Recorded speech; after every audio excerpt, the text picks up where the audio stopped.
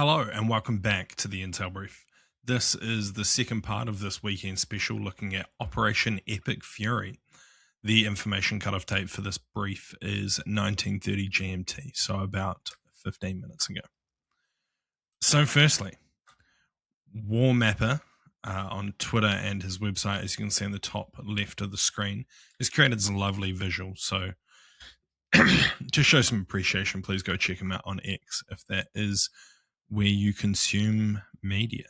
But he's plotted out where the strikes have taken place over the last 12 hours. So in the blue on the right, you can see all the strikes against Iranian targets conducted by the US and Israel, especially some suspected strikes that are harder to confirm. It's very good reporting from him. And then also where Iran has struck mostly against US military bases, but there have been some strikes against civilian infrastructure. So yeah, some great information here. You can see how it's laid out where Iran has conducted strikes in the UAE, the Qatar, Bahrain, Kuwait, northern Iraq and Erbil against the US military base in Jordan, and then also targets in Israel. I also believe there's been strikes in Riyadh or attempted strikes in Riyadh, but they are not plotted on the map. So maybe something I missed, or maybe just information that was incorrect when I read it. So always interesting. Also of interest is all these strikes that the US and Israel have conducted against naval sites. We'll talk about it more soon, but these are pretty key to ensuring that the world continues to get oil throughout this conflict, which is one of Iran's biggest threats, what they attempt to do to try and close the Strait of Hormuz around here, if you can see my mouse cursor. So yeah, very interesting. It's been a very hectic day, let's say. Lots going on and lots to talk about. But yeah, outside of the military strikes, there has been strikes against civilian infrastructure. So as you may have seen, there's been strikes against civilian locations in Dubai. One in particular was a downed drone that I think lost control and was unable to be re-engaged by air defense, but it was a Shahed drone that eventually landed within central Dubai, causing significant damage and eventually a fire. The other was Bahrain, where a Shahed drone again struck a residential tower block that I believe is now on fire. As in the whole building is now on fire rather than just the one apartment, and it looks quite serious. So hopefully everyone got out of that building safe. But there's been at least these two, and then I think there's in Abu Dhabi some falling debris from a ballistic missile struck an individual and killed them. So yeah, we'll get on to casualties soon, but yeah, there's been some civilian casualties within the Gulf state, and also, we'll talk about that in a minute.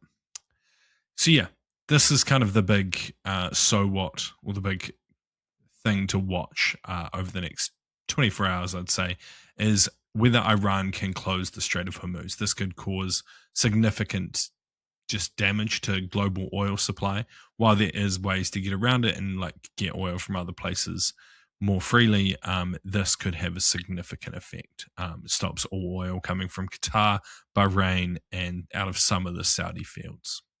So yeah, definitely something to keep an eye on, and as we discussed earlier, something that the US did preemptive strikes to try and minimize the damage for.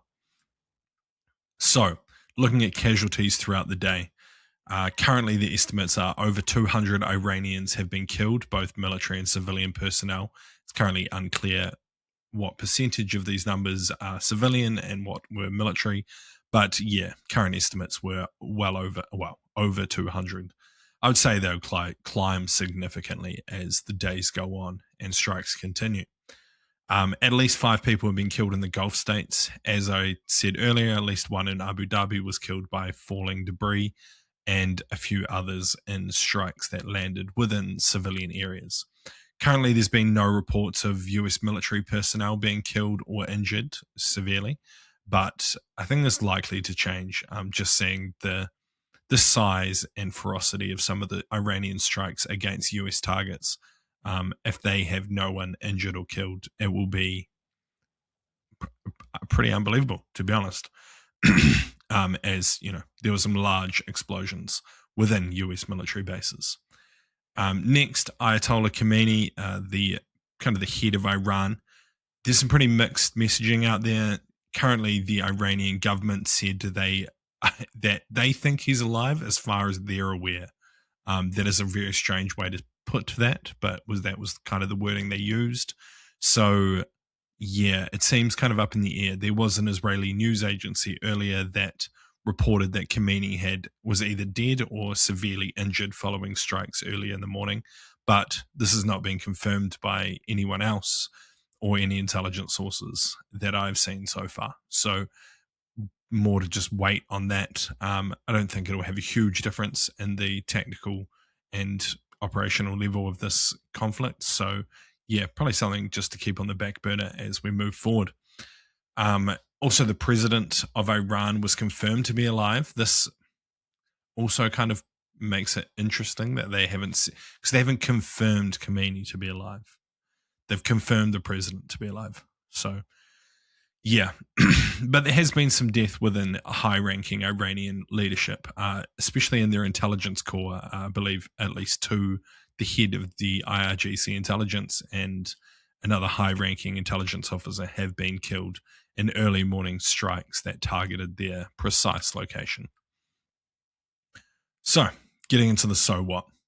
It's likely that this is just the beginning, with unconfirmed reports that the plan is for this to last 3 to 4 days to degrade the Iranian regime as much as possible. So it appears likely that the US and Israel are in it for at least a short period. This doesn't mean I think it's going to drag out over the weeks, as I think that would become a much larger scale issue. But yeah, at least a few days, which is probably bad news for some individuals that are traveling through the Middle East right now. There's thousands of people stuck in Dubai, probably thousands more stuck in Qatar, and it seems like it's a bit of a nightmare situation for some people, especially as, drones are actually making it through the air defense within Dubai and striking locations. Currently, in my opinion, it appears unlikely that this is going to achieve their aim, right? Even if Khomeini's dead, it isn't looking good so far. Like, the Iranian people aren't rising up against the regime, despite there being quite strong messaging from the US leadership, and also text messages to try and get people out on the streets. I haven't seen any videos of kind of organized protests. They're possibly waiting for the current round of airstrikes to die down, but currently there's no signs of an uprising. So for this to work, I think there needs to be a lot more strikes, and they need to actually hit key personnel to degrade the security infrastructure enough where the people can take over the country. But yeah, currently it doesn't look like it's working too well. With Khomeini being alive, well, possibly being alive, and the president being alive, there's still significant Iranian regime leadership about to control the country and the situation. So yeah, we'll have to wait and see what happens there. Attacks on Gulf states seem likely to have strengthened their unity. This just comes from what Gulf leaders have been saying over the past 6 hours. A lot of them have come out in defiance of Iran in support of the West. Saudis flopped back from saying that the US couldn't use air bases within Saudi to conduct strikes against Iran, now saying that the US can use them for whatever they please due to Iran striking against Gulf states. Same with the UAE. I'd say these strikes within Dubai will have significant effects in strengthening the country's resolve against Iran. However, there's likely to be more strikes against civilians in the Gulf, and this is just due to, sheer amount of drones and missiles that Iran are likely to put into the air over the next few hours and days if they are capable of doing so. And as they become more degraded, it's likely they'll become more desperate and stop targeting hardened positions such as US airfields and try and target softer positions that could have an impact, such as civilian locations. So, yeah, if you're in the Middle East right now, probably find somewhere safe to shelter and hunker down for the next day to 2 days at least. And yeah, lastly, this could have some long-term effects on how Westerners view Saudi and the UAE. Like it's sold big time, especially with like rich people moving out of the UK as this like safe haven where there's no crime, every life's amazing and everything's good. And you know, what's having your phone snatched compared to having ballistic missiles blowing up over your head and drones crashing into restaurants within the city you're living in. It's a totally different type of risk. So yeah, I think this could definitely put off some people from moving to the Middle East and make people think twice about how safe their life is there. Obviously, if this is the end of the Iranian regime, that could change the situation, but currently it's not. So we'll have to wait and see. But yeah, just something to think about and something I was talking about earlier today with someone I know.